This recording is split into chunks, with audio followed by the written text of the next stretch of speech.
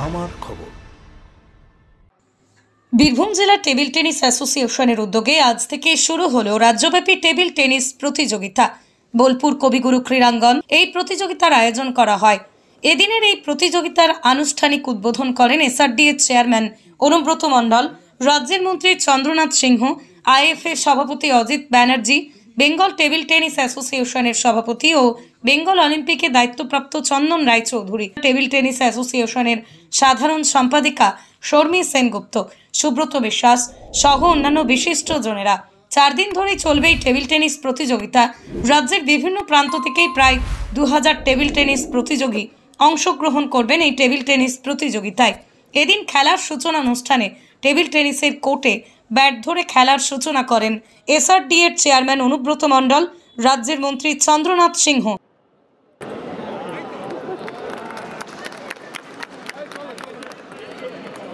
Table tennis এমনি একটা খেলা যেটা ওয়েস্ট বেঙ্গলে থেকে একমাত্র খেলা যেখানে ম্যাক্সিমাম প্লেয়াররা অলিম্পিকে গেছে।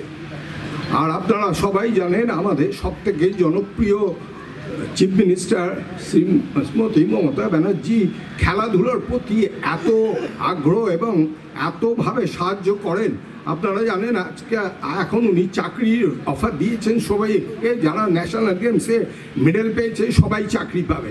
তাছাড়া যারা সোনা আনবে তারা 3 লাখ, যারা রূপো আনবে 2 লাখ, আর যারা ব্রোঞ্জ আনবে 1 লাখ। এখানে আমি দেখতে পাচ্ছি অনেক অভিভাবক আছে। আপনাদের সবাইকে আমি একটা রিকোয়েস্ট করব, খেলাধুলো আর এখন ধুলো নেই, কেউ খেলাধুলো মাখে না। এখন খেলাধুলো is a career option, it is a one of the career option. বাচ্চাদের এনকারেজ করুন।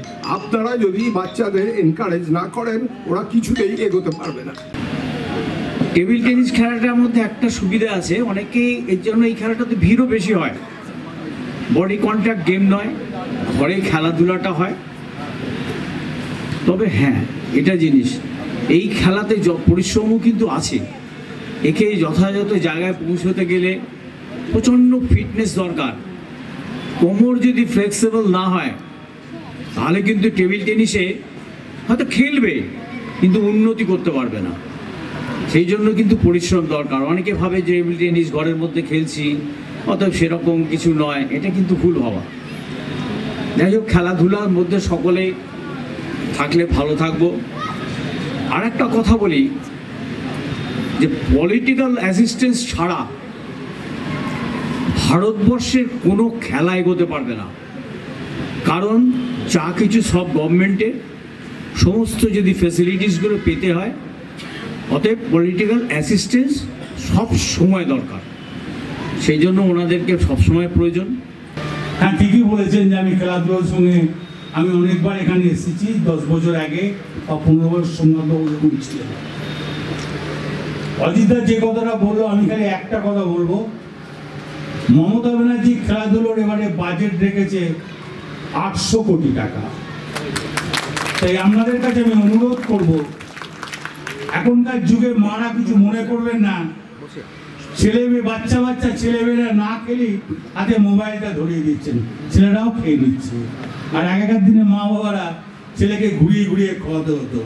তা মোবাইল খুব সর্বনাশের জিনিস। মোবাইল ছেড়ে মাঠে পাঠান, অনুরোধ করব। কেন বলছি জানেন? মোবাইলের পড়াশুনোর ক্ষেত্রে মোবাইল দরকার, পড়াশুনোর পর মোবাইল দরকার নেই। আছে সুব্রত বিশ্বাস, আছে কালুয়াদা, আছে কোনো দাদা আমার, এই অপর্ণা সেনের নাম শুনেছেন, কল্যাণীর নাম শুনেছেন, তারা বোলপুর টাউন ক্লাবে, অপর্ণা ইন্ডিয়া টিমের ক্যাপ্টেন ছিলেন। বোলপুর টাউন ক্লাবে আমি লাইভ মেম্বার, ওইখান থেকেও মানুষ হয়ে আজ ইন্ডিয়ার ক্যাপ্টেন হয়েছিলেন। তাই খেলাধুলা একটা এমন জিনিস, খেলাধুলার সঙ্গে যুক্ত থাকুন।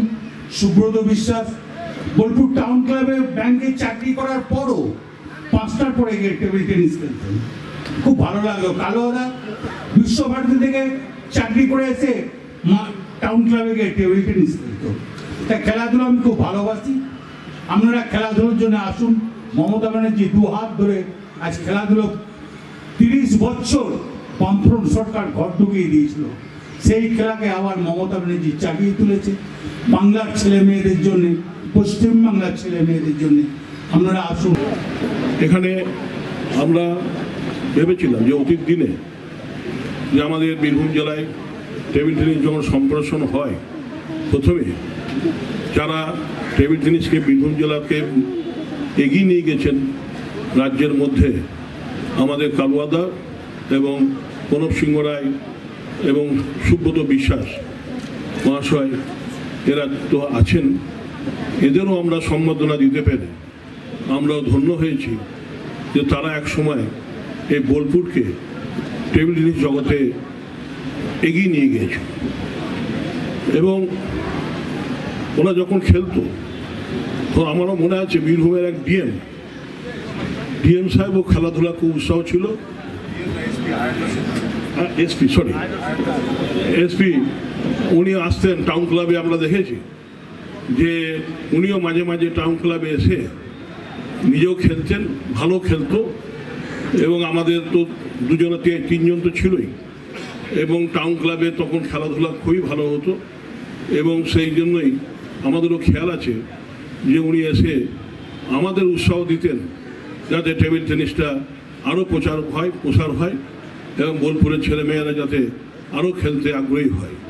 তো এইভাবে যে দীর্ঘদিন পর আমরা সুযোগ পেয়েছি যে অজিতদা, চন্দন রায়চৌধুরী মহাশয়ের হাত ধরে যে এই সুযোগ আমরা আবার বোলপুরে কেষ্টদার সাহায্যে আমরা আজ করতে পেরে আমরাও নিজেকে ধন্য বলে মনে করছি। তাই চন্দন রায়চৌধুরী মহাশয় যিনি বললেন, সেই বার্তা আমরাও দিতে চাই বোলপুরবাসীকে যে আসুন বাচ্চাদের খেলাধুলা উৎসাহী করুন। এবং table tennis body contact game নয়, এবং টেবিল টেনিসের জায়গাও বেশি লাগে না। তাই এই খেলা যাতে আমরা আরও এগিয়ে নিয়ে যেতে পারি তার দিকে আমরা সচেষ্ট থাকবো।